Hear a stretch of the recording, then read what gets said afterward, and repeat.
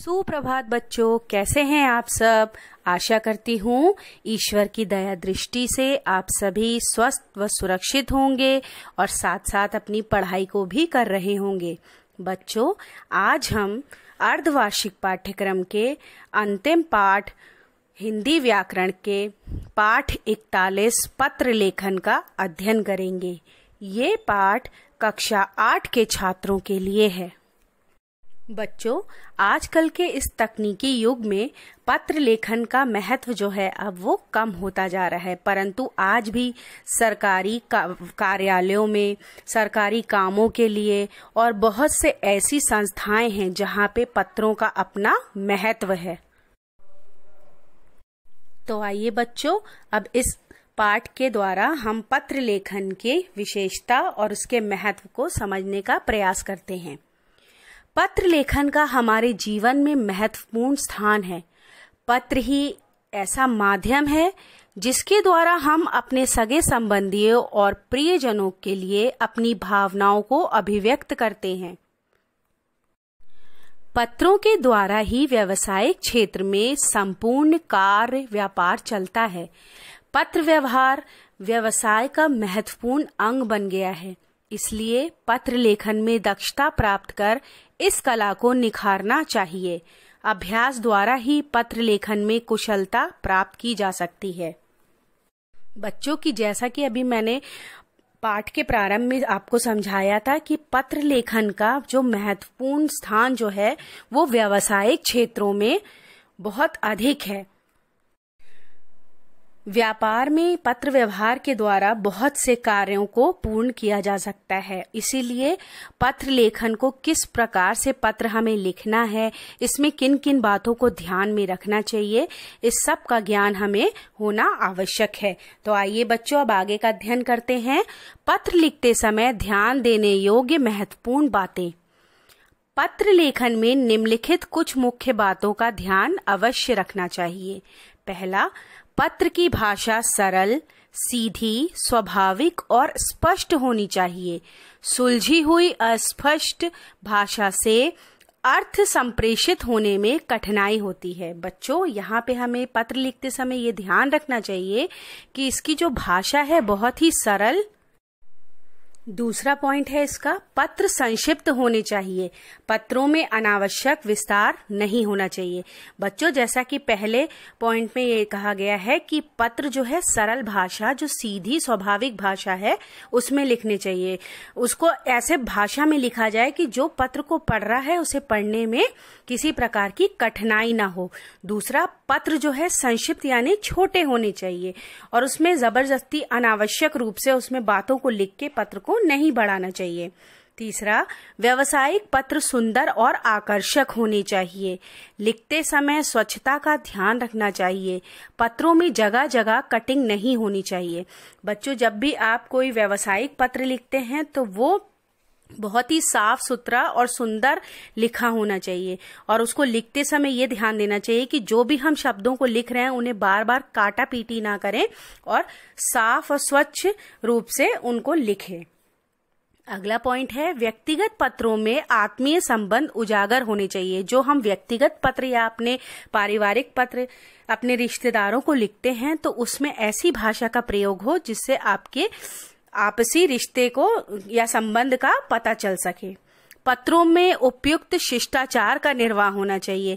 पत्रों में ऐसे शब्दों का प्रयोग हो जिससे कि शिष्टाचार अर्थात जैसे कि आप अपने से बड़ों को पत्र लिख रहे हैं तो उनके साथ आप किस प्रकार का संबोधन करके पत्रों को प्रारंभ कर रहे हैं या अपने से छोटों को किस भाषा में पत्र लिख रहे हैं, इसका ध्यान अवश्य रखना चाहिए। पत्र में प्रेषक तथा प्रापक का नाम, पता, दिनांक आदि स्पष्ट रूप से लिखा जाना चाहिए। पत्र में जो है प्रेषक यानी कि जिसको आप पत्र लिख रहे हैं और जिसके द्वारा पत्र लिखा जा रहा है उनका नाम, उनका पता और दिनांक बिल्कुल स्पष्ट रूप से होनी चाहिए ताकि पत्र जो है अपने सही पते पर पहुंचा जा सके। तो आइए बच्चों, अब आगे का अध्ययन करते हैं। पत्र के प्रकार। बच्चों, पत्र मुख्यतः 2 प्रकार के होते हैं, औपचारिक पत्र और अनौपचारिक पत्र।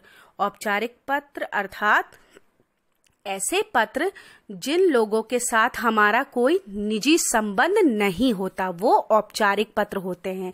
उन्हें लिखे गए पत्र औपचारिक होते हैं। इन पत्रों में औपचारिक भाषा व शिष्टाचार का निर्वाह होता है। इसके अंतर्गत व्यावसायिक और कार्यालयीय पत्र आते हैं।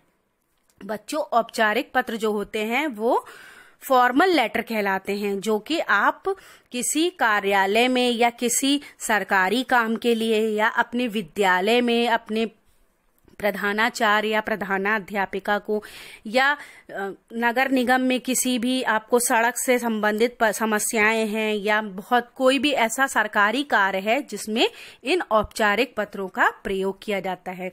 इन पत्रों को लिखते समय भाषा का बहुत ज्यादा ध्यान रखा जाता है कि इसमें ऐसे शब्दों का प्रयोग किया जाता है जिसमें शिष्टाचार हो। आइए बच्चों, अब दूसरे पत्र को समझते हैं, अनौपचारिक पत्र यानी नॉन फॉर्मल लेटर। अनौपचारिक पत्र क्या है? अनौपचारिक पत्र उन्हें लिखे जाते हैं जिनसे हमारे व्यक्तिगत या निजी संबंध होते हैं। सगे संबंधियों, मित्रों और प्रियजनों को लिखे जाने वाले पत्र इस श्रेणी में आते हैं। इसमें व्यक्तिगत सुख दुख और हाल चाल के बारे में लिखा जाता है। इन भाषाओं में इसकी भाषा में सहजता और स्वाभाविकता होती है। बच्चों, जो ये पत्र लिखे जाते हैं अनौपचारिक पत्र, ये हम अपने व्यक्तिगत निजी संबंधियों को, अपने रिश्तेदारों को, भाई बहनों को, अपने मित्रों आदि को लिखते हैं। इसमें अपने सुख दुख, जो हमारे भाव हैं, जो हमारे विचार हैं, वो भी व्यक्त किया जा सकता है। और ये इस पत्रों की जो भाषा होती है बहुत ही सरल और सहज होती है। तो बच्चों, आपकी पुस्तक में पत्रों को किस प्रकार से आरंभ करना है और किस प्रकार से उसका अंत होना चाहिए, इसकी कुछ औपचारिकताएं बताई हैं कि हमको जब पत्र लिखना है तो उसको किस प्रकार से लिखना है, उसके बारे में बताया गया है।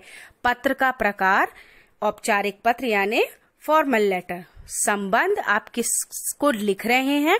संबोधन, उनको किस प्रकार से आप संबोधित करके लिख रहे हैं। अभिवादन और समापन। औपचारिक पत्र, प्रधानाचार्य को अगर आप लिखेंगे तो वहां पे संबोधन में आप प्रयोग करेंगे आदरणीय, आदरणीया या महोदय। अगर आप प्रधानाचार्य को लिख रहे हैं तो महोदया, माननीय, माननीया या मान्यवर। अभिवादन में इसमें कुछ नहीं आपको लिखना है। समापन में आपका आज्ञाकारी शिष्य। जब आप पत्र का अंत करते हैं, समापन मतलब अंत करना, तो उसमें आप अगर अपने प्रधानाचार्य को पत्र लिख रहे हैं या प्रधानाध्यापिका को या प्रधानाचार्य को लिख रहे हैं तो उसके समापन में आप लिखेंगे आपका आज्ञाकारी शिष्य या भवदीय, भवदया, प्रार्थी, विनीत या प्रार्थनी। आइए बच्चों, अब आगे का अध्ययन करते हैं। और औपचारिक पत्र के अंतर्गत अगर आप किसी संपादक, पुस्तक विक्रेता या अन्य अधिकारी को पत्र लिख रहे हैं तो वहां पे आप जो हैं संबंध में आप लिखेंगे श्रीमान, श्रीयुक्त या आदरणीय, आदरणीया, महोदय, महोदया या मान्यवर। अभिवादन में आपको कुछ नहीं लिखना है। और जब आप उसका समापन करते हैं तब आप लिखेंगे भवदीय, भवदया, निवेदक, निवेदिका, प्रार्थी, प्रार्थनी या विनीत। अब आता है अनौपचारिक पत्र या नॉन फॉर्मल लेटर। तो जब आप इसमें अपने संबंध आपका अगर किसी बड़े को लिखेंगे तो वहां पे आप जो है संबोधन में आप प्रयोग करेंगे आदरणीय या आदरणीया, पूजनीय या पूजनीया, परम पूज्य या परम पूज्या। उसमें आप अभिवादन में सादर प्रणाम, सादर चरण स्पर्श या सादर नमस्कार। बच्चों, जब हम औपचारिक पत्र लिखते हैं तो उसमें औपचारिक पत्रों में अभिवादन नहीं किया जाता है, पर अनौपचारिक पत्र में आप सादर प्रणाम, सादर चरण स्पर्श या सादर नमस्कार का प्रयोग कर सकते हैं। समापन जब आप इन अनौपचारिक पत्रों का करते हैं तो उसमें आपका बेटा, आपकी बेटी, पोता, नाती, भतीजा आदि का प्रयोग किया जा सकता है। अनौपचारिक पत्र में जब छोटों को पत्र लिखा जाता है तो उसमें संबोधन में प्रिय, भाई, बहन, अनुज, चिरंजीवी आदि शब्दों का प्रयोग किया जाता है। बहुत बहुत प्यार, खुश रहो, सुखी रहो, चिरंजीवी हो, ये अभिवादन में। और जब पत्र का समापन करते हैं तो तुम्हारा बड़ा भाई, अग्रज बहन, अग्रजा, तुम्हारा शुभाकांक्षी, तुम्हारा शुभचिंतक। इसी प्रकार से अब अनौपचारिक पत्र में जब आप मित्र या सखी को या अपने दोस्त को पत्र लिखेंगे तो उसमें प्रिय लिखेंगे, फिर अपने मित्र का नाम प्रिय बंधु या प्यारी के नाम से संबोधित करेंगे। उसमें आप मधुर स्मृतियां, मधुर स्नेह, सस्नेह नमस्ते, सप्रेम नमस्ते में आप अभिवादन का प्रयोग करेंगे। और जब आप पत्र का समापन करते हैं तो तुम्हारा अभिन्न मित्र, तुम्हारी सखी, तुम्हारा प्रिय मित्र, तुम्हारा हितैषी आदि शब्दों का प्रयोग करेंगे। तो बच्चों, यहाँ मैंने आपको समझाया कि जब आप औपचारिक पत्र लिखेंगे या अनौपचारिक पत्र लिखेंगे तो किस प्रकार का पत्र है उसका ध्यान रखेंगे, और उसी हिसाब से अगर आप औपचारिक पत्र लिखते हैं तो आप किसको संबंध किसके लिए आप पत्र लिख रहे हैं और क्या संबोधन करना है, उनके लिए आपको किस चीजों का प्रयोग करना है और पत्र का समापन कैसा होना है, ये ध्यान रखना है। दूसरा, जब आप अनौपचारिक पत्र लिखते हैं, अगर बड़ों को लिख रहे हैं, छोटों को लिख रहे हैं, दोस्तों को लिख रहे हैं, तो किस प्रकार से आप उनको संबोधित कर रहे हैं और किस प्रकार से आप उनका अभिवादन कर रहे हैं और कैसे आपको उस पत्र का समापन करना है, इसके विषय में बताया है। बच्चों, अब यहाँ दोनों प्रकार के पत्र, औपचारिक पत्र और अनौपचारिक पत्र जो हैं वो मैं आपको PDF के माध्यम से भेज रही हूँ, जिसे आपको अपनी कक्षा कार्य कॉपी में करना है। पहला औपचारिक पत्र है जो है विद्यालय के प्रधानाचार्य को 4 दिन के अवकाश के लिए प्रार्थना पत्र लिखिए। बच्चों, ये पहला पत्र है आपका औपचारिक पत्र, दूसरा पत्र है आपका अनौपचारिक पत्र। इस पत्र में आपको अपनी बड़ी बहन के विवाह पर अपनी सखी को पत्र लिखकर निमंत्रित कीजिए। ये आपके पत्र के टॉपिक हैं जो मैंने औपचारिक और अनौपचारिक दोनों प्रकार के पत्रों को लिखा है। तो बच्चों, ये सारे काम आपको अपनी कक्षा कार्य कॉपी में करने हैं। तो आशा करती हूँ बच्चों ये पाठ आपको समझ में आ गया होगा और इस पाठ से संबंधित सभी कार्य आप अपनी कक्षा कार्य कॉपी में करेंगे। धन्यवाद।